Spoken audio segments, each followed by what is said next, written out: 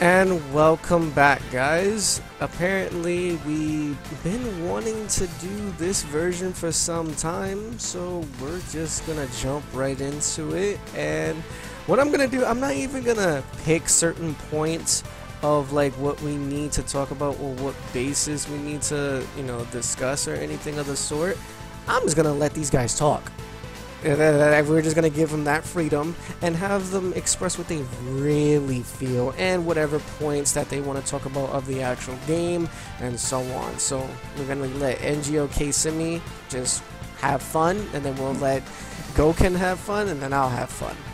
So go man. Wait, can I start with this? Go ahead, man. We're just gonna go in. Just go in, man. Just to let people know, this is gonna be the spoiler section, and as a punishment to me, because I couldn't finish the game in time, so it's gonna get ruined for me. So this is gonna be very good, okay, guys? So, all right, Kissimmee, it's all yours. I tried. I had 2 hours to try to at least get there, and I'm 3-4 missions away. It's a very unfortunate thing, but shit happens, Well, let me tell you this. Sir. But you still, even after beating those next couple missions, you still won't have the complete game done. Why? Because they decided to leave out a crucial, and I think the best part of the game out. I mean, I didn't bring this up earlier because I was just gushing about Metal Gear, just fanning out. But I'm gonna give some harsh criticism right now, straight up. Because the boss battles in this game, and this is why I rated it lower than I really wanted to rate it as far as being a Metal Gear fan, because the boss battles aren't really existent. The best boss battle in the game is against Quiet, and that's only because I felt a little bit of nostalgia from Sniper Wolf. And I mean, it blew my mind that we have this isn't Metal Gear Peace Walker, this isn't Metal Gear Acid, this isn't a side piece. This is Metal Gear 5. When I think of Metal Gear Solid anything, the first thing that pops in my head are bosses. I mean, that's just a typical Metal Gear thought, I would think. But I really feel like they just shafted me on the bosses. Like I said, Quiet was a fun boss battle. I mean, the battle against Vulcan was okay, I guess. The water gun thing was definitely something that highlight for me.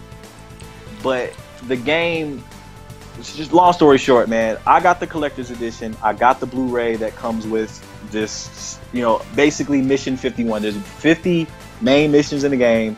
There is a 51st mission that's basically at the end of the game, Liquid Snake takes the Metal Gear and just disappears, right, with all the kids, and they leave you there with that, and it's not a proper closing. But 51 actually wraps it up nicely. Actually, you actually see Liquid, you fight Liquid, but the thing that really killed me was the concept art and how they explain this boss. How I saw the boss battle, from what I understand, you were supposed to fight, the Metal Gear with your mother base, comrades. And throughout the whole game, you don't do that. Throughout the whole game, you're pretty much solo or you're with your buddies.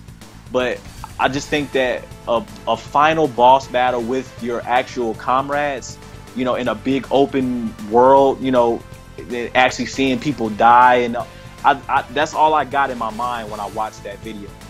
And I feel like that should have been in the game, and actually knowing that it's not in the game makes me feel some type of way. If I would have not have known that was supposed to be there, I wouldn't be as salty about it.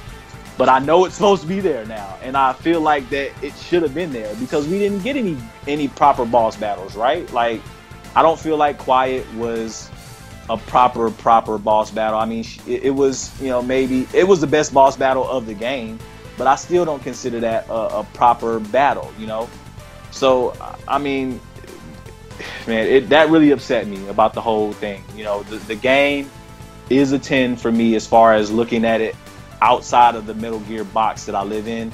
But being a Metal Gear fan, you know, Metal Gear 5 isn't better than Metal Gear 1. It's not the best Metal Gear out there. I'll tell, in my opinion, Metal Gear 1 is still the best Metal Gear, period. But it's close. It's second place for me. But it could have been head and shoulders above all the Metal Gears had they have executed the boss battles correctly, and they actually would have finished the game. Because now I feel like the game's not finished, you know. So I mean that's something that I've been having on my mind for the longest, ever since I beat the game, and it's like the game's not even finished. So we'll never know how the game was supposed to be, because Kojima's not going to be involved in it anymore. I mean, will we get DLC in the future? I doubt it, but I mean, it's just, for it to be as good of a game as it is, it's not finished, and I don't think I'll ever forgive Konami for that. I'm sorry, man. I don't think I can ever forgive them for that, man. They really shafted the Metal Gear fans with that, man.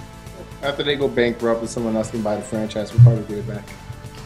But I don't feel like it'll even be the same without Konami, man. I can't imagine without Konami. No, not Konami, Kojima. Well, I mean, Kojima. I'm sorry, my bad. Without Kojima, so I mean, it's. I don't know, man. We'll see though. All right. Anyone else want to step in? Go ahead. This is that topic to. Well. Go in. Well. Because I didn't properly finish. Well, whatever you can talk about. Whatever you can. I got you. You know what? I gotta disagree with Casey just a little bit on the boss battle. On the boss battles. Okay. I mean, Philanthropist was a dope boss battle for me. I love that. Like, you're out there, you're fighting Philanthropist that whole time. It took a couple times. It was hard as hell. But I thought that was a good boss battle. I thought the skulls, when they appeared and you actually got to fight them for the first time and able to defeat them, I thought that was a dope boss battle. The sniper, Quiet's counterpart skulls, the sniper skulls, those females, I thought that was a very dope boss battle. You're in the forest with the fog. They kind of set the pace for you. I thought that was an excellent boss battle. That boss battle was amazing, and I had D-Dog with me out there, and he was able to sense all of them, which was really good. I thought that was an excellent boss battle. Well, let me reset it then. And the Man on Fire, and you forgot the Man on Fire. Yeah, no, you described that experience with the Man on Fire, where you got them to drop the water gun for you, because I had him drop the water gun for me too, and I pulled that water gun in front of this guy, and I was spraying him in the face. And nothing was happening. Like, you can't do that. You're going to need more water than that. He just burnt my ass alive. Yeah, he just laughed at my water gun. Yeah, but the fact that you could blow up the water tank and the water would fall and it would spread, like, that was amazing. That was dope. I thought these were epic boss battles. I thought they were. I mean, this is my thing. When I think, and again, it's because of me being so hardcore. Like, I'm putting this on the scale of Metal Gear, you know what I mean? Like, as far as looking at this game and the boss battles as it being a regular game, there's nothing wrong with those boss battles, because I mean they're set up in the right places. They're good boss battles, but when to the Metal Gear standard, they're not. You know, when I think about Metal Gear bosses, I think about flair and personality and mechanics and stuff like that. I didn't get any kind of flair or any personality from the skulls at all. I don't think they even talk. Like, the skulls for me had no personality. I just felt like I was fighting a stronger, enemy, just a stronger type of enemy. With the Quiet boss battle, of course we know she doesn't talk and stuff like that. That was, like I said, that was the best one because of the nostalgia. Because of me remembering how it felt to fight Sniper Wolf. So these boss battles, I don't want to get it mistaken. I'm not saying these are bad boss battles, but to my standard of Metal Gear boss battles, in no way. This is the worst bosses of any Metal Gear, and I'm counting Peace Walker, because even Peace Walker's bosses had more personality than Cilantropus, and because I mean Cilantropus was a fun boss battle, but there's no personality. You know, you remember fighting on Metal Gear 2. Remember fighting the guy on the skates and he's drinking wine and riding around on skates. Fat Man. Remember fighting Gray Fox on Metal Gear 1. Remember fighting Sniper Wolf and the end, and like these boss battles I will never forget, you know, but these boss battles in Metal Gear 5, I don't even remember them all. You know what I mean? And that's what I'm talking about. They weren't bad. They just aren't Metal Gear, you know, in any way. You are right about that. I will piggyback of what you're saying. The boss battles are very just displeasing to me because there was literally only 2 boss battles in the Phantom Pain. Like realistically, there was only 2 boss battles. You're counting Vulcan and you're counting Quiet, or? I'm just counting Quiet and Philanthropist. And that's it. Vulcan doesn't count for me in the sense because that was just you can never kill him. You never get a chance. You didn't get to kill him. Yeah. Okay. But it was just disappointing. I had a standard with all the Metal Gear games that I've played, coming from like the NES games up to Metal Gear Solid 4, and I'm like, they put so much in depth with the boss battles. I'm talking about even with the end. Yes. You know, you're able to kill the end in like 4 different ways. Exactly. Like that's what I'm talking. Like that amount of flair and personality is not there in Metal Gear 5. Like it's there as far as, you know, the little things that they do and how it's structured, but it's not. I still don't feel like I got my Metal Gear fix. You know what I'm saying? Like the cutscenes being cut out, I can honestly forgive all of that because I feel like that they were trying to appeal to a newer audience, and I'm not mad at that. I feel like they did their job. A lot of people are playing Metal Gear that's never played it before. A lot of people are interested in Metal Gear that's never been interested in it before. But I almost kind of feel like that I wish that I'd never played Metal Gear before and played Metal Gear 5 first and then said, okay, let me go play all the other ones. I probably would have been more satisfied doing it that way because I'd have been like, oh, this is what this is. And damn, these are the boss battles that everybody were talking about. But, you know, having my mind conditioned for, okay, the Metal Gear experience. When I think about the Metal Gear experience, the first thing I think about is bosses, and the second thing I think about is a story. So, I mean, we got the story somewhat as far as, you know, not typical Metal Gear fashion, but the boss battles just weren't there for me. You know, it just didn't do it for me at all.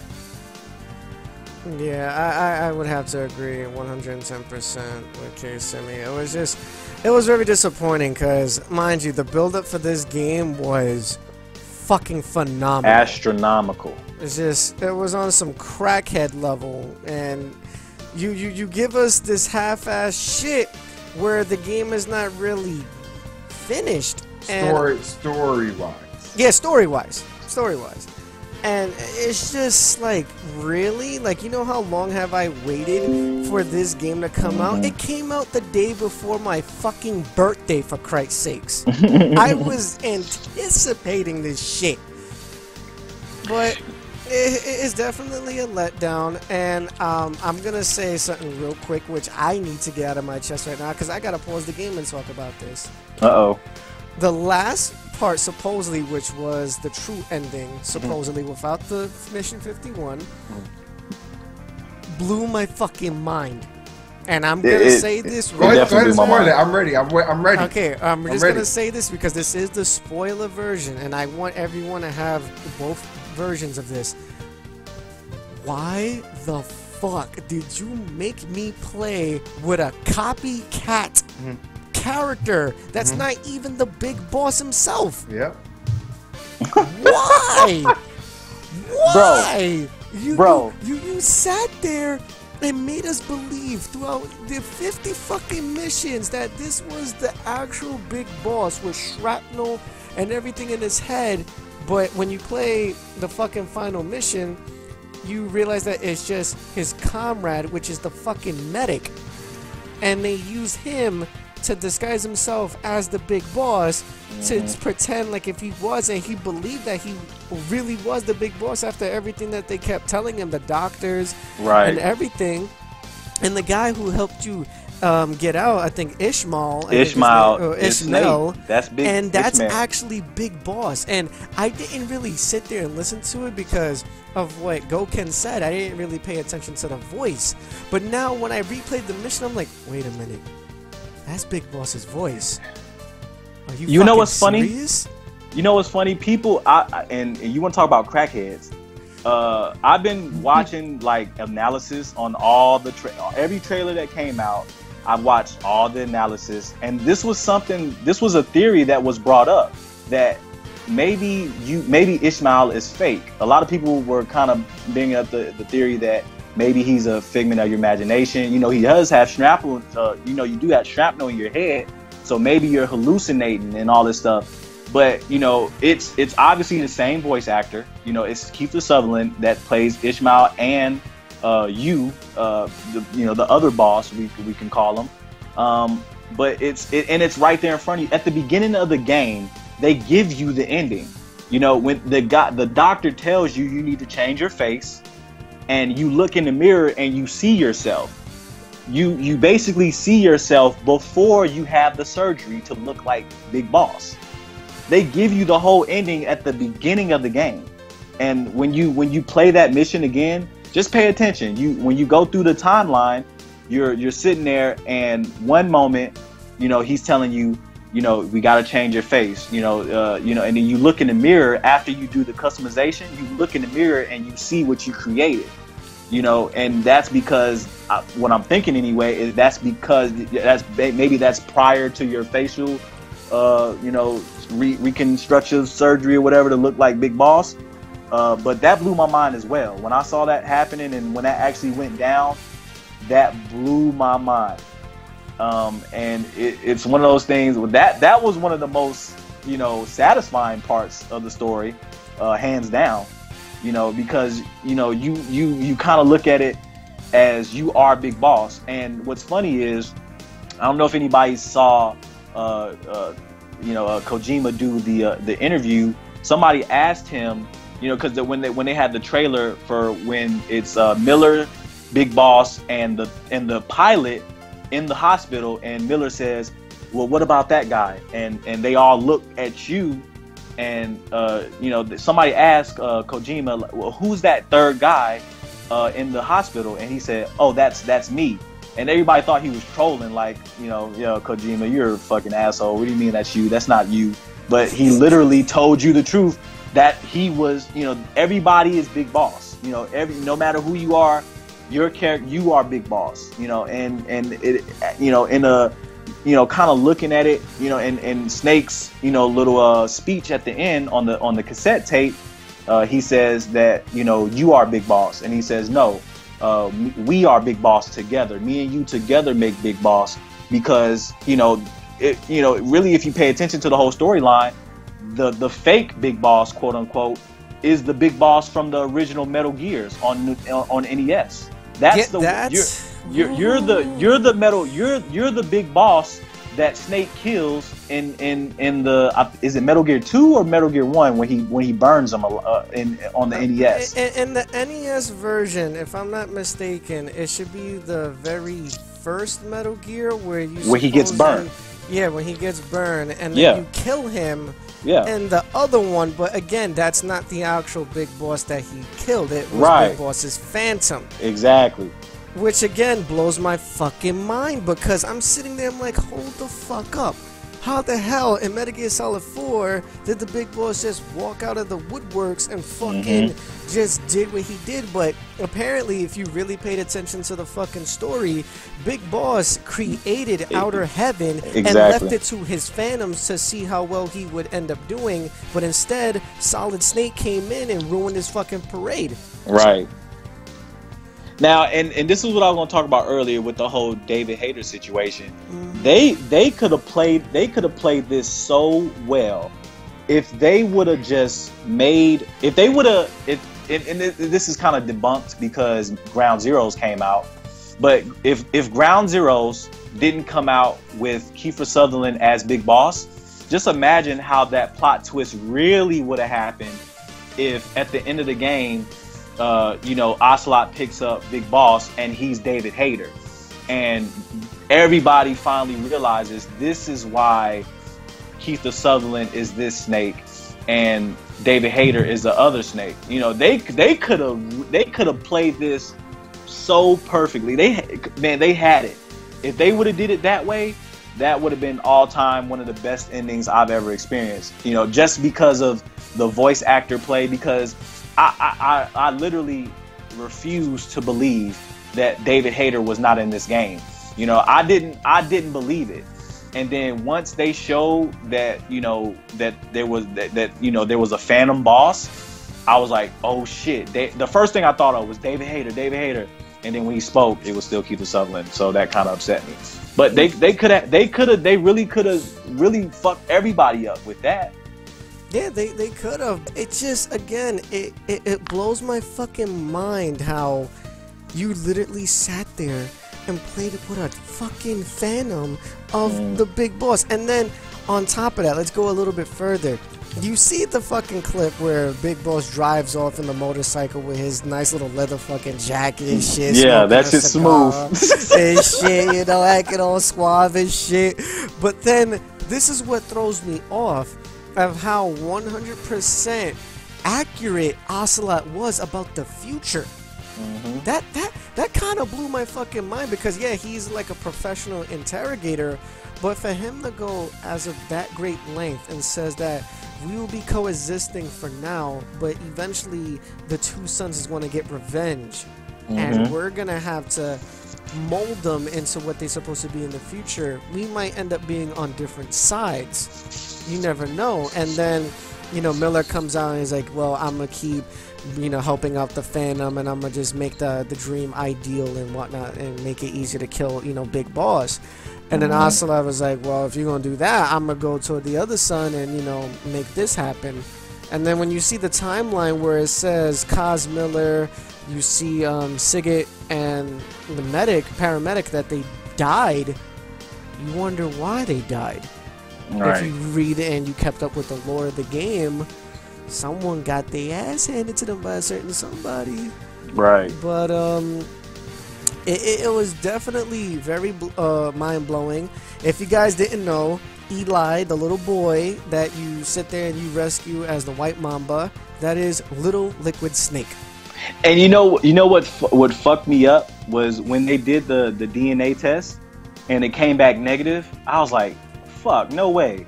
But no shit, it would come back negative because you're not fucking Big Boss. You're not the actual Big Boss. But you know how I knew it was Liquid?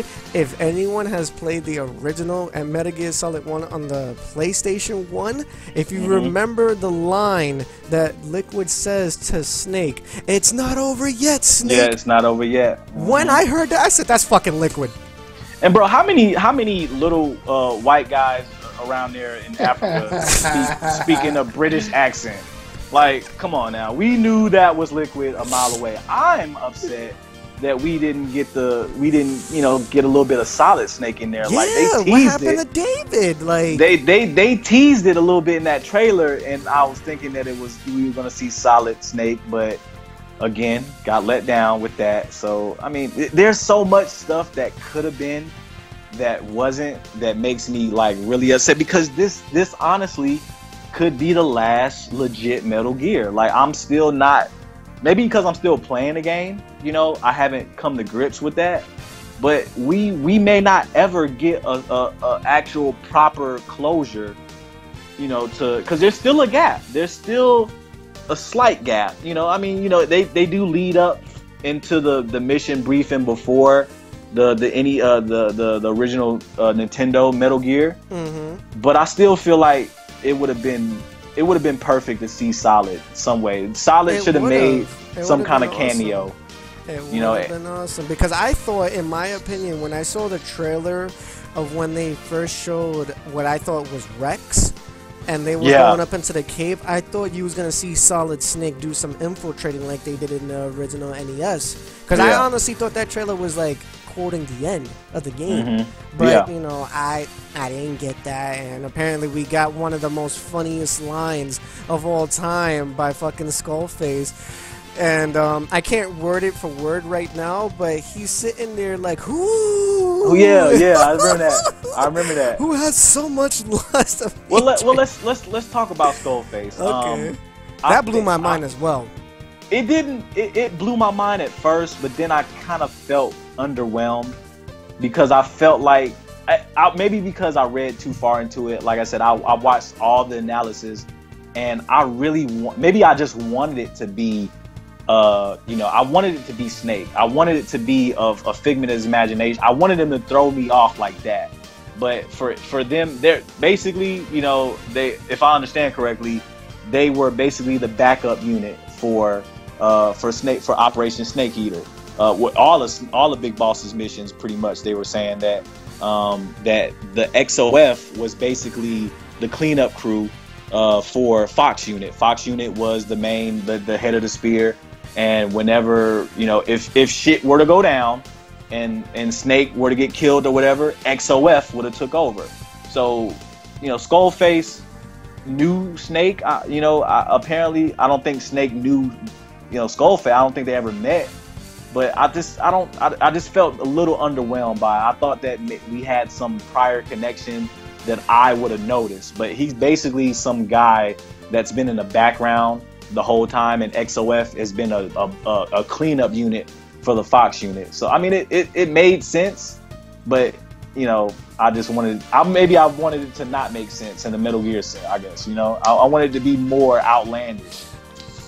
Yeah, but that kind of threw me off because he's been around for a very long time. Right. That blows my mind. Like, how long have you been in the fucking series? I've never heard of you. You never came about. He's been there since the beginning, apparently. Yeah, he's been there before the actual operation took place because he apparently met Zero, and they formed the unit in secrecy of the XOF, and he was like, yo, if this guy doesn't do his job, you're going to guarantee success in this mission. And now it makes so much sense of how he was able to get away with a lot of shit in Operation Sneak Eater with him fighting the Cobra unit, I think that they was called. The Cobra unit. And they oh my god, like, really? How come you couldn't just been shown as like a black silhouette or something like that? It just had like the voiceover and make it so. Oh god, man, that shit threw me the fuck off. It definitely was a good. It was good closure. I feel like I know who he is now. I feel like I feel like his story's done.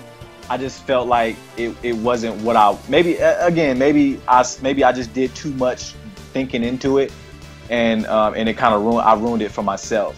Mm-hmm. But it definitely was a good closure. It was definitely something that I would, like I said, from the first trailer, from playing Ground Zeroes in the first trailer, I wanted to know who Skullface was. I was sitting there like, okay, maybe have I seen him before and all that stuff, and it was just one of those letdowns because it wasn't any of those interesting things that I may have thought that it was gonna be. It ended up being still interesting, but maybe not as interesting as all the theories went. Yeah. What else that kind of like threw me off in a sense? Quiet. Yo, what do you think about Quiet? Quiet was a very phenomenal character, and then I honestly thought she was gonna stay to her name, that she was never gonna talk, that she was a mute and stuff like that. But it just came to the point where Skullface ripped her of her being able to speak English forever, and she spoke in a different language that Code Talker actually had to figure out himself. Right. And I just felt so bad for her in every way because she was trying to be helpful. She was trying to, do some justice because she was,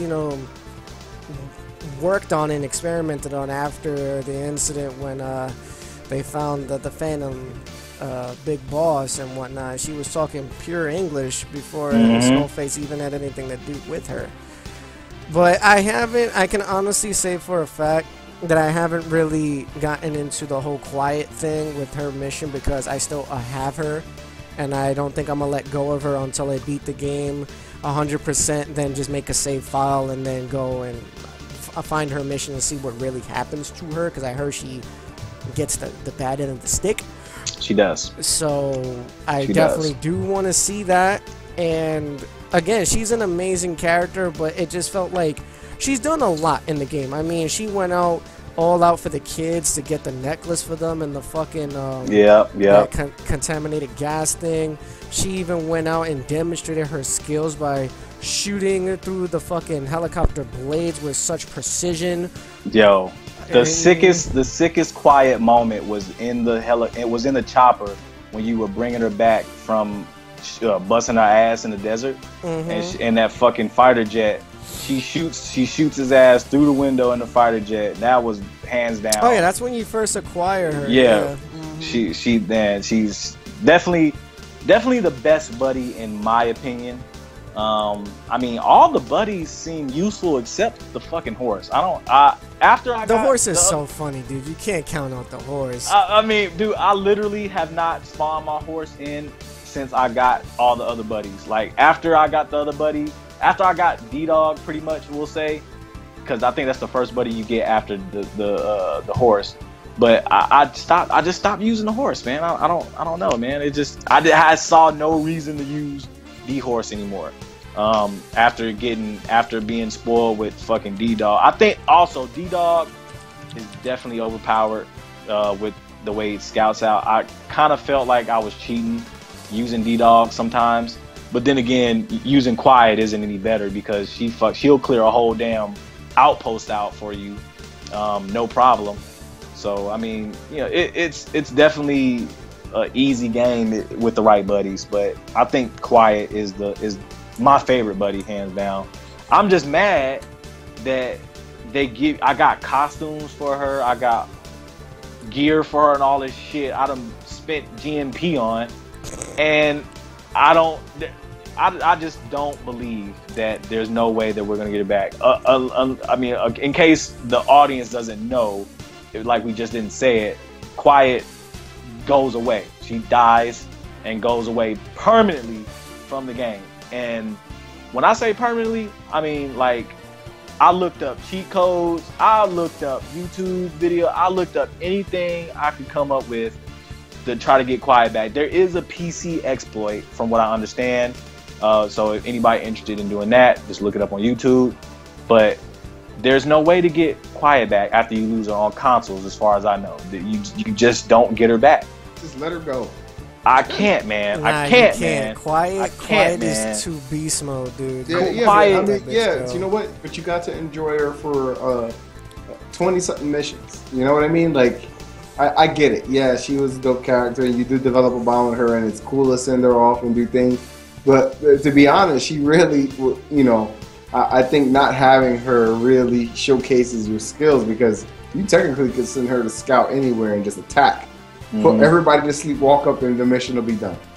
You know, and even in the certain mini boss battles, if you had her with you, she could basically finish the whole mission if you just sat in the corner and just stayed there for a while. So I mean, she's a great character. You know, excellent character. But I mean, I think that's cool that you get to enjoy something for so long, develop a bond, be part of the story, and then you lose it and you really can't use it, you know, anymore. So I think that's cool. I think I get that she's great and all, but you can't just let that shit go. I appreciate their commitment. I appreciate your commitment to building, to making me invest, you know, an actual connection with this character. Because I built the connection with Quiet. I learned how to use her. I care, you know, like I did for all my buddies. So, you know, but you know, taking her away, in keeping her away, I appreciate the consistency with that. But I mean, come on, after we beat the whole game, can we get her back, man? Can we get a patch to get her back, or something, some kind of exploit to get her back? I mean, because at this point, I would like to platinum the game down the road. So I mean, why not bring Quiet along with me, you know? But I mean, like I said, I definitely appreciate the amount, the thought that Kojima placed into, because he did say you know, although I don't agree, but he did say that people would feel ashamed for you know, criticizing her for dressing how she dresses, which still I don't understand how you. Reasons that she dressed like that, which we didn't really even get to. I mean, she breathed through her skin. I mean, the less that she has, the easier it is for her to be able to maintain air and you know, stay healthy and shit like that. Even when she engulfs her body in water, she can't really have like a whole body, her whole body surrounded in water. She can take a shower because it's not covering all of her, but then if you notice, her body jiggles like a fish, like if it's absorbing like photosynthesis. She's like a fucking plant. Exactly what they called it. So I mean, it makes sense. It all ties together. I don't know if Kojima just does this shit on the fly or if he planned this shit out at Metal Gear 2. But it all ties together and it makes sense. I don't know if I feel ashamed. I didn't really have a problem with her sexuality to begin with. I understand that it's a game and they know who's gonna buy these games, you know. So I get that, you know, that she's, you know, she is a little over sexualized. You know, she does do a lot of unnecessary bending over in my face and shit like that, which is, I love that shit. I mean, I'm not complaining. I'm not complaining, but I mean, I can understand why some people had some issues with the amount of sexuality that was a part of her character that maybe didn't have to be there, because she did seem like, you know, just not even her, just the camera angles of how they placed it to where you're looking at her ass. The camera makes you look at her ass. You may not even necessarily want to look at it, but I mean, hey, the camera's gonna zoom in. They want you to look at this piece, and I mean, it makes sense in the context of a game. But I mean, it being a story, it fits in well as well. I didn't think that they would. I honestly thought that it was a cheap kind of gimmick, but it actually made sense. You know, her having to be that way to breathe and her not speaking, you know, because of the virus that she carried. Which brings me to another point, and I'm going to ask you guys what your favorite part of the game was. My favorite part of the game, hands down, was when you go to Mother Base and you see all your comrades going through that sickness. Like, for me, that shit hit, dude, because when you're walking through the whole thing, it's dark as hell. So I got a little bit of a horror vibe from it. It was definitely survival horror because it's dark as fuck in that you know, that portion of Mother Base that you go into. Mm-hmm. All your you know, your comrades are in there, and when they start dying, your iDroid tells you, you know, soldier died, or so, whatever she said, whatever context she uses. But it's so real. It really feels like you're losing soldiers. You know, you're there. And what really got me was when you're heading back down the stairs and you go into that room where all your soldiers are arguing on whether they should kill themselves or not. And then when you walk in the room, they stop what they're doing and they salute you, and they're like, "Boss, you make the decision." And then while you're shooting them, I don't know if anybody else caught this, but while you're shooting them, they're humming the Peace Walker theme. The Peace Walker theme is playing on the radio in the room. And while you're shooting them one by one, because I was shooting them one by one, like slow, because I didn't want to do it. But when I'm shooting them, they're humming the sound, they're humming the Peace Walker song. And I'm like, wow, like this is not even until how many hours into the game? This is toward the end of the game. Yeah, this is, you know, like, you have to touch a little bit towards 30, 35 plus hours. Yeah, you're deep into the game. But that hands down was the best part of the game for me. Because you actually play that I mean, the plot twist at the end was definitely a great moment for me. But as far as like playing the game, that was my favorite moment of the game. What about y'all? All right, go ahead, go Ken. Well, that was a good part of the game. I liked how they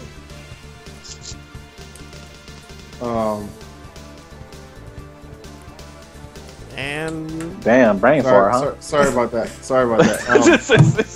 I was in a little text. The best part of the game for me. Well, I liked when you saw Philanthropist for the first time, right? Yeah. We all knew what Metal Gear is, we played before, but when they kind of first, you walk into that big thing, the chamber comes open, and then you're like, what the fuck is that? You know what I mean? And then you gotta get it. You're like, damn, what is this shit? And you gotta get away from it for the first time. That was dope. Like you fought it for a little bit. And then it was kind of epic, it was kind of like the start of a story, I guess, like it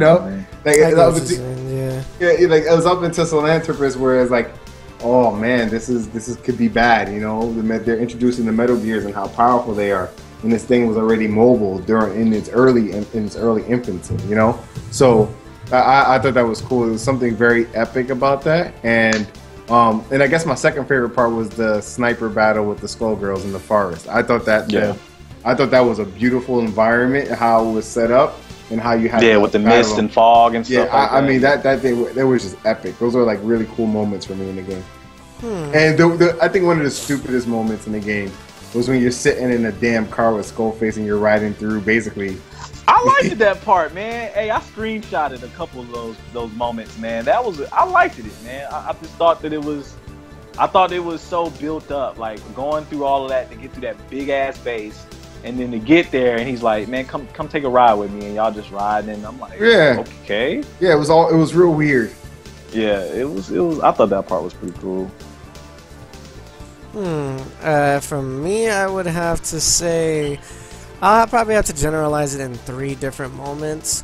One of my first moments that I really did enjoy was fighting Quiet for the very first time. She blew my fucking mind when I was trying to think of intricate ways. I was like, okay, she's probably not that smart like she was in the trailer, so let me throw a stun grenade and fucking knock her out by stunning her with the blue life bar. That bitch shot that shit right in my face, and I blinded myself. Damn, I didn't even know she could do that. I'm like, dude, what the fuck? I can't hit her, because at the time my gun was still level 1.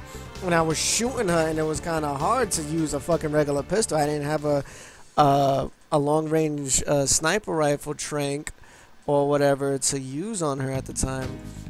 And what was another thing that I tried to do on Quiet? Apparently, when you get her down to like a little bit to low health, when she's in the water part of that area, you can CQC fight the shit out of her.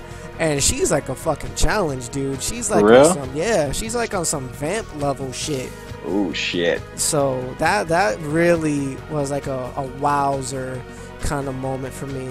The next moment, I would have to say, really, not a lot of people's gonna agree with me, but the very beginning of the game, when you're going through the whole like crazy shit, when you're waking up in the bed and you're seeing that your arm is fucking gone, and you're every shrapnel all over the place. And people are saying that that's one of the best first hours of gaming, period. Like I didn't think so, that it was that great, but people seem to really like the beginning. I mean, surprisingly, I enjoyed the beginning, but a lot of people like that opening sequence. So I mean, it's definitely a great moment. Yeah, to me, I thought it was a really good scene, going through all that. Like, you're spending at least 20-30 minutes fucking tops. I mean, you're like, what the fuck is going on? And then you're just seeing nothing but like what if possibilities, if you're a Metal Gear fan, that is. And I'm sitting there, I'm like, is that Vulcan? Right. Is that Psycho Mantis as a boy? Like, now, what the fuck is this? And my last moment before you guys get into it, I would have to say, I would guess I have to agree with you, K-Simi, with the whole going in and like stopping the virus from spreading when you have to Yeah. go into the containment thingy. I, on the other hand, had no fucking remorse. I didn't give a fuck. I just said, "Oh, you got something yellow in your throat." Blah, blah, blah. I didn't give 2 fucks. Everyone is expendable. Connected, man. Because Everyone's expendable. Every time one of your dudes died, your GMP and shit went like it was all real time. Like it was all real time, and you were. I didn't get like. Remember when they were telling you that there was a. Did anybody figure that out when they were telling you to go into your staff management and actually see what the common factor was with all the people that were infected? Like, did anybody actually figure that out? Wait, repeat that again. I'm sorry. You remember when the virus first broke out, right? Mhm. Yeah. And remember, Cold Talker was saying that you have to go. Well, actually, it was Ocelot that was saying to go into your staff management and put the people manually in the sick bay. He basically said that there was a common like feature with all your comrades that If they spoke that language. They spoke that African. I didn't do that, yo. I just watched my people go dead. I would be on the mission, and my levels kept going down and down and down. Exactly. If you didn't put all the people that spoke the African language was the people that was getting infected. So if you didn't know that and you were lollygagging on the main, because this happens during the main mission. Mm-hmm. If you go and do side missions and just neglect the main mission to get the fucking virus to stop spreading, you'll lose all your fucking soldiers, if you don't do it the right way. I right away went to the main mission. I said, fuck side missions. I need to stop this virus. So I really felt invested in stopping the virus. And then when I got there and learning that all these comrades was infected and I had to shoot them, like it was, I was like, damn, man, like I didn't want to. I really didn't want to. And then on top of that, when I did shoot somebody prematurely and I failed the mission. So yeah, I didn't really. I did that. I honestly admit, because when I didn't have the thermals at first, I just shot the the nurse, and he was like, "What are you doing?" That's exactly who I shot. Like exactly she was the first one that was speaking funny. I'm like, bitch, shut the fuck up. She was bleeding all over the floor. Okay, bitch, you gotta go. And I shot her and I failed the mission. But what really threw me off, and what you just mentioned about like the whole voice thingy, I sat there for an hour getting rid of almost like 90% of my staff. And you had no idea it was the African. No, I kind of did, because he gave like a little incentive with when you get the Cold Talker guy, and he's like, they speak a certain language, blah blah blah. Thank God I didn't have like not much time wasted or time passed in order for me to pick up on it. Once I picked up on it, I sat there for an hour, organized all my menu. I found like 90% of my staff with the same language. I got them all to the thing. I think I was only able to fill up about 220 people in the containment unit, and then I couldn't add no more. So then after like a couple missions, they was like, all right, you did it, you stopped the virus from spreading, blah blah blah, and shit like that. I was like, damn, like if no one really picked up on this shit, you would have been assed out. Exactly, and they wouldn't have stopped. You would have kept losing soldiers, and your base level would have just kept plummeting. And I just thought that was, I feel like that really connected me even more so to my soldiers, because when you're at I don't know about y'all, but it was a point where I was faulting everybody. You know what I'm saying? Just everybody had to go. Everybody and everything was getting faulted. And then after I started upgrading my my iDroid and my scope and all that shit, I started to see the S rank soldiers and the A+ soldiers. So I started being a little bit more careful with who I picked. So when I start seeing people dying and shit, I'm like, hold up, man, like that was my favorite soldier, and this was an S rank soldier, and so I was like, damn, man, like I'm losing soldiers, and it just felt like it was actually bridging between myself and the actual gang world. So it was that's why it's my favorite moment, just solely. I mean, and that's another thing I want to bring up. With this Metal Gear, I don't have a definitive moment other than that. Like Metal Gear 1, I had that definitive moment. Metal Gear 2, every Metal Gear I have a moment where I was like, wow, and I really felt like I'm gonna remember this part. And I think that part for Metal Gear 5 was a virus outbreak. But outside of that, there's nothing else memorable about the content of Metal Gear 5 other than the game itself. The game itself, I'm gonna always remember for being the best gameplay, the most drastic changing from all the Metal Gears. But as far as me saying, Metal Gear 5 had that boss battle or that moment where I lost my mind, it's not there in Metal Gear 5. I can say that, but again, this game takes a lot of twists and turns and stuff like that, and I do apologize to a lot of people who are watching the spoiler version, especially if that certain someone. I hope you're not gonna watch this video ever, because if you watch it, you're gonna get spoiled to hell, and you're not gonna want to play the game. So, you're probably still gonna want to play it because it's still a the great gameplay. The gameplay is what's gonna really get them like holy shit. But again, there's just so much to do. It leaves room for a lot of add-on content. But as far as what I know, they're only doing costumes. I don't know if they're gonna go anything further. Into that. I'm trying to see if there's anything else I can like bring up that was pretty crazy in the game for me, or just like what the fuck moment in a sense. I didn't bring up the whole. We didn't bring up the whole Metal Gear, the whole multiplayer aspect of this at all. Oh, the FOB missions. Now let me start off by saying to you guys, just because you disconnect your console from the online, do not think that your base can get raided. Once you're online and you've done one battle, or they looked for you while you was online, you can get your base raided, come back online the next day, and you're fucked. Your shit's gone. So. But there is a way to avoid that. It's just to keep a low profile offline at all times. So go into the ACC, hit start, disconnect right away, and just remove yourself from appearing online. Now, my big problem with the FOB thing is that I don't feel like that I got what was advertised. Like when they showed the FOBs, I kind of thought that it was one of those things where, okay, somebody's invaded my base, in a lobby type situation where, or even like what they showed in game where you were doing a mission and all of a sudden your base is getting raided. That's never happened to me, first of all. Second of all, like, let's say Gokin invades my base. I don't know Gokin, but he invades my base. When I go in to try to see who's invaded my base, they don't let me just go in and straight retaliate on Gokin. It just doesn't work that way. Well, for me in the sense it did, because what happens is when you're online and you're in a mission, Miller or Kaz, whatever the fuck you want to call them, he will interrupt you mid-mission and say, hey, there's an emergency at the base, you need to come right now.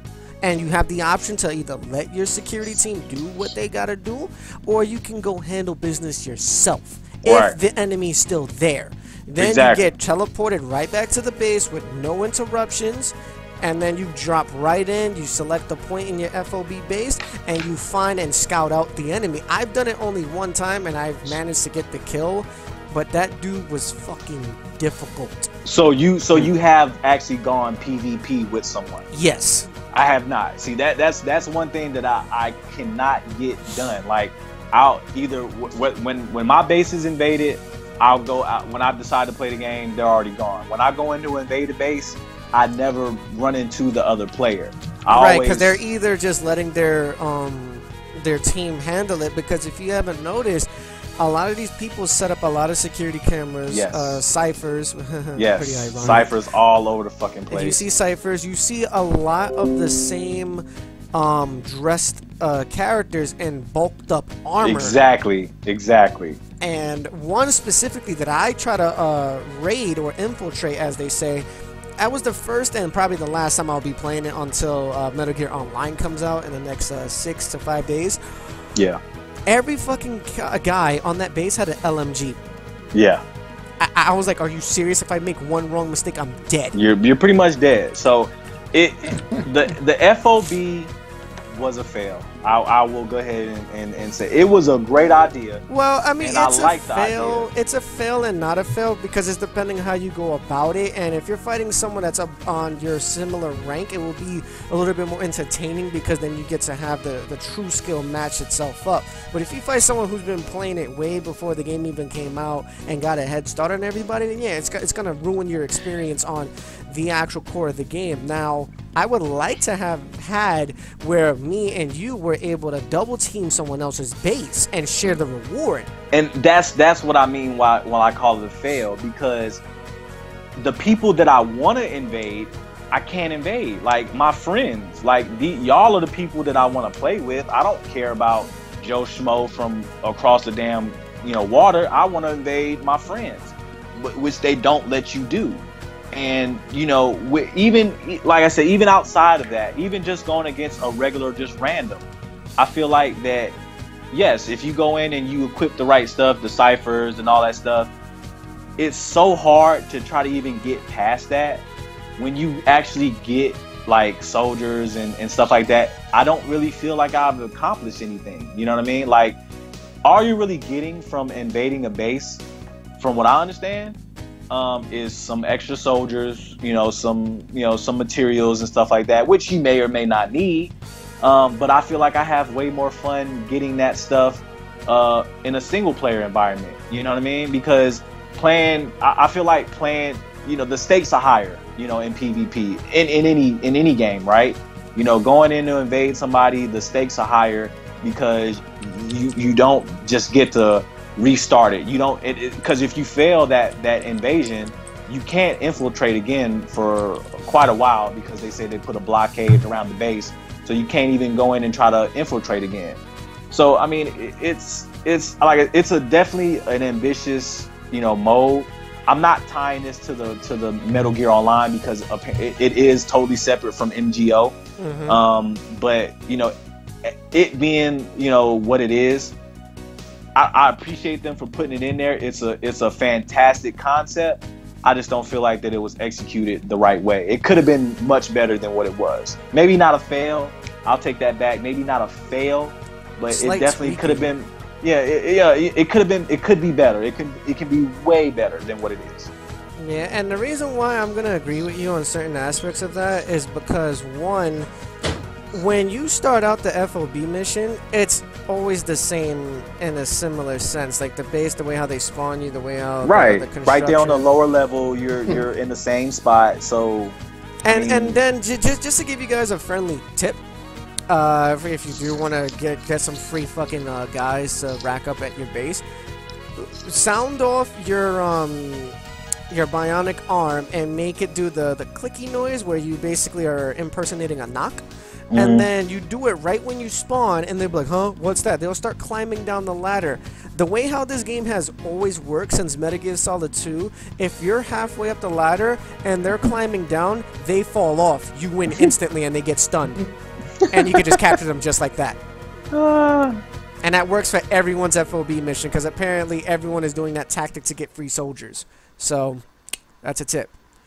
Right then, it's lots of tips in this game, by the way. I mean, there's again, I got 118 hours.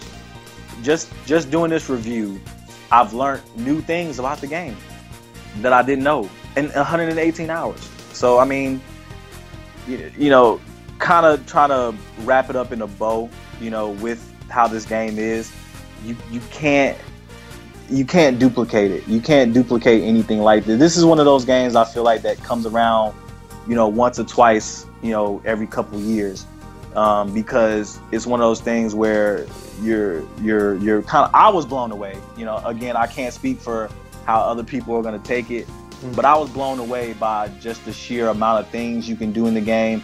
The things that I'm learning, I don't know if you guys knew, but there's some tapes that you can pick up that you can play on your loudspeaker, and it'll actually affect the game. Like I don't know if you guys got the pooping tape. Like if you go into one of the porta potties, there's a tape of somebody shitting.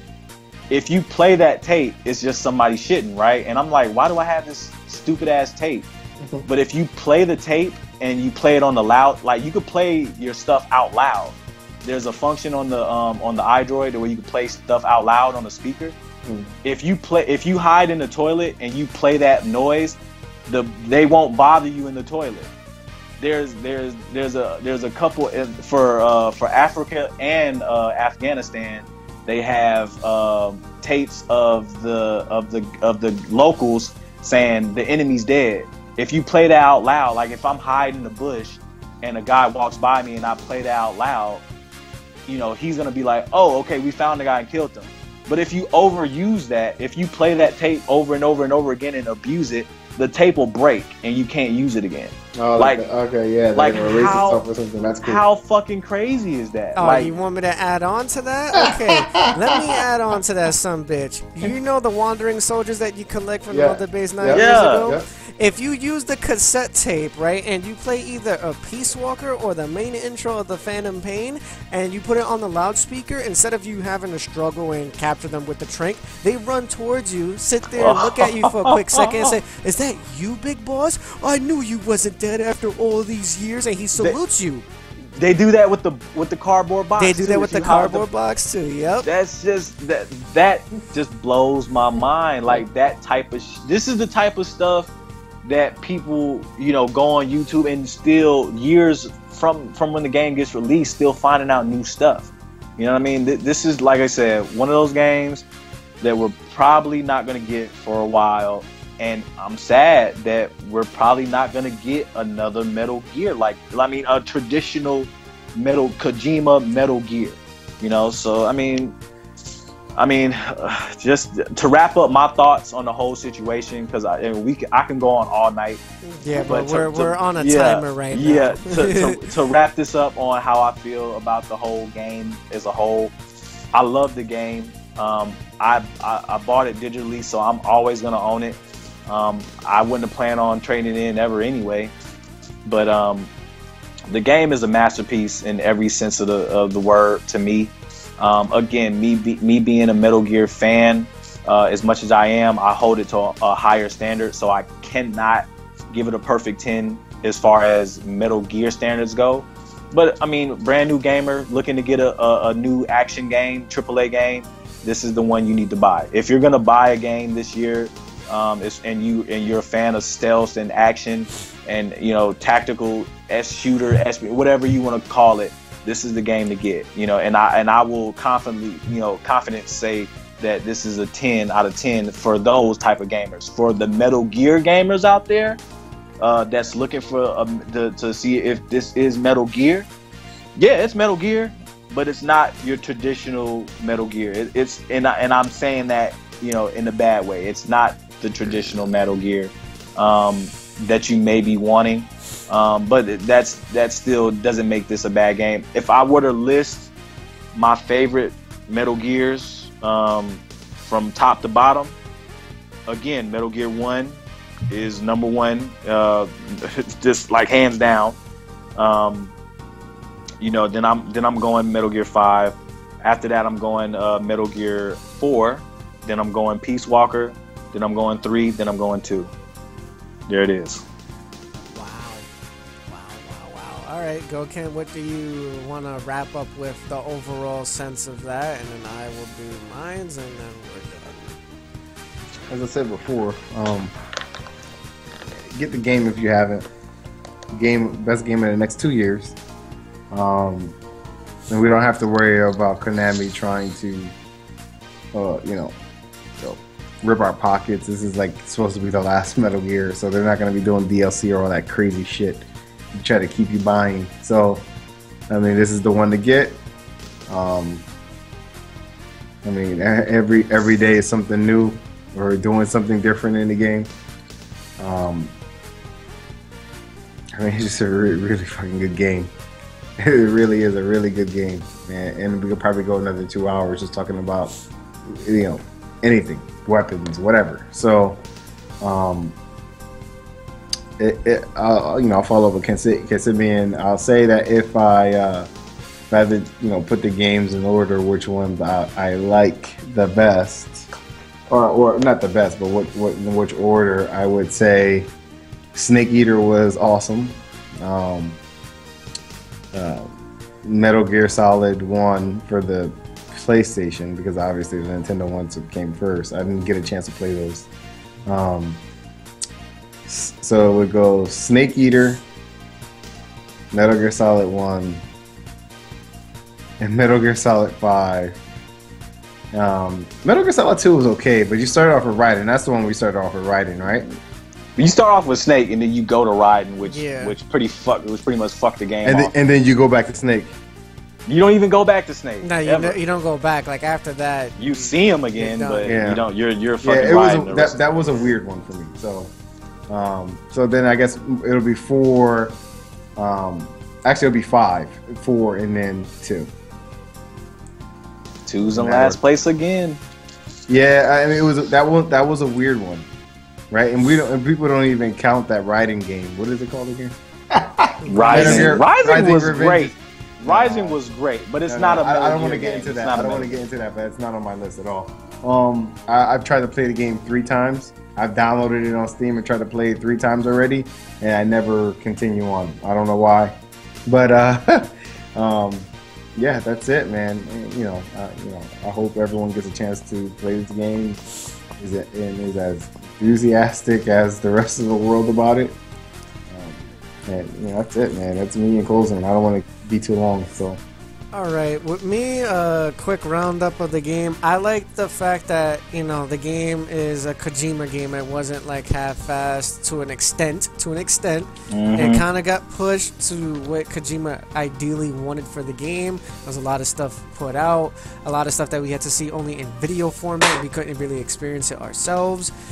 I did like the fact that they try to put some cameo characters in the game with costume incentives when you S-rank certain missions and do all the tasks in the missions. I like how the fact that they explain what happened to Paz and then explain another bullshit on top of that with Paz. Yeah, I forgot about that. So there's a lot of things in the game that I won't really try to overwhelmingly spoil for you guys. Wait, hold on. I gotta capture that moment. Quiet's laying down with her titties out. Okay, there we go.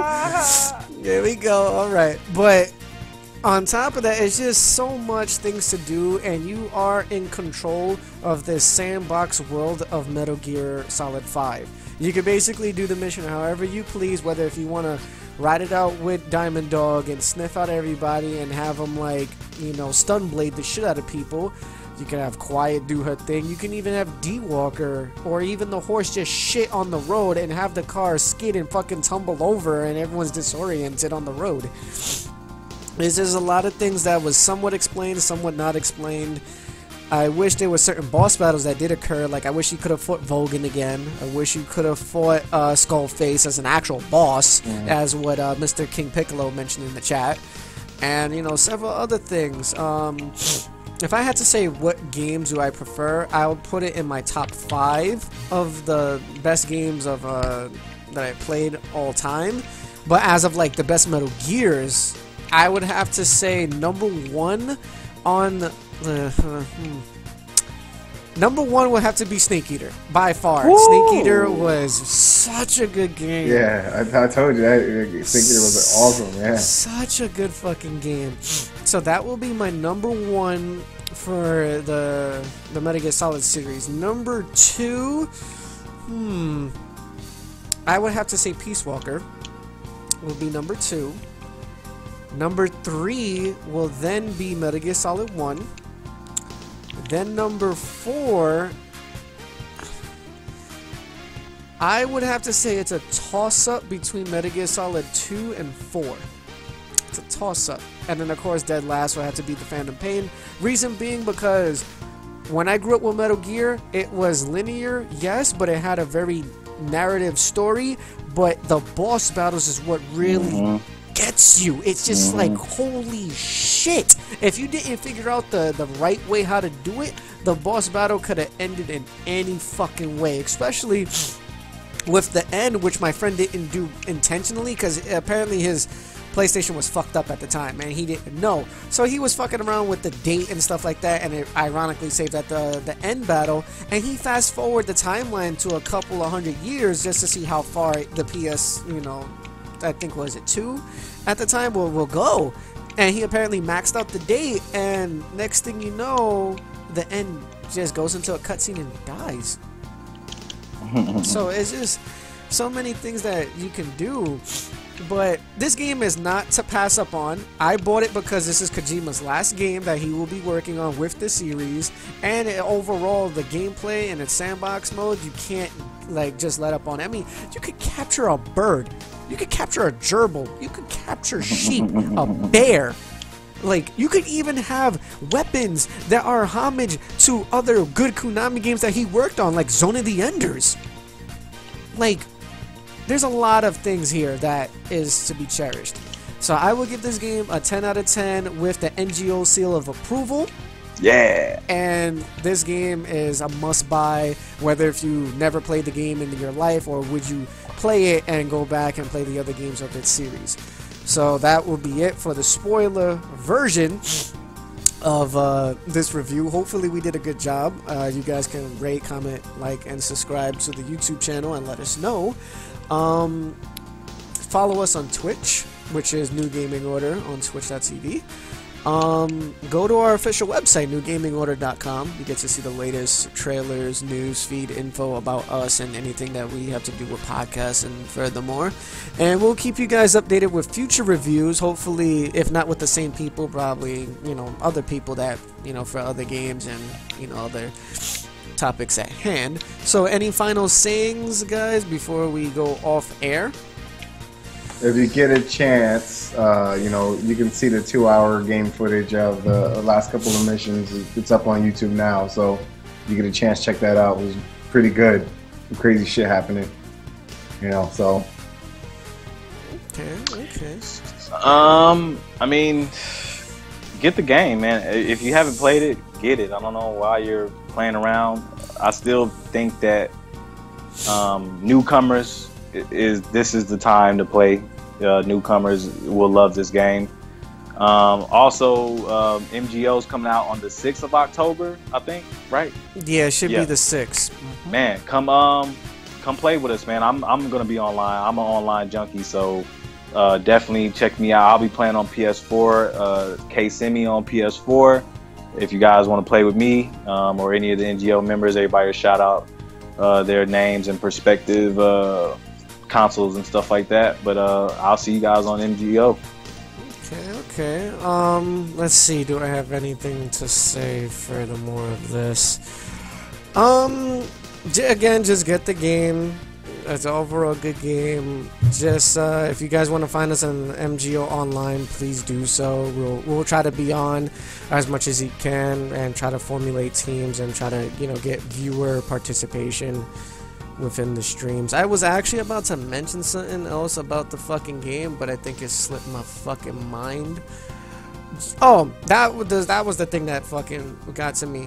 Fuck you, Huey Emmerich. You son of a bitch. You son of a bitch. You fucking caused so much trouble in that goddamn game, and you sitting there with your bullshit lies, especially what you did to fucking Strangelove, and especially what you did to your fucking son, which I did not know that Huey and Strangelove got a kid together. That blew my fucking mind as well. But the shit that this guy has done in the game that you will see if you do pick it up, he's just a pure fucking asshole. Purest in its ultimate form, and I wish we didn't banish him on a fucking life raft. I wish they gave you the option to shoot that motherfucker while he was floating away. Or drop a tank on his ass. You love dropping them tanks on him. That's my signature, boy. We'll be dropping tanks on these. I fucking would drop it on them and then re-extract it to get it back at base. Don't even dry that motherfucker. I don't. You can run it faster than a tank. Yeah.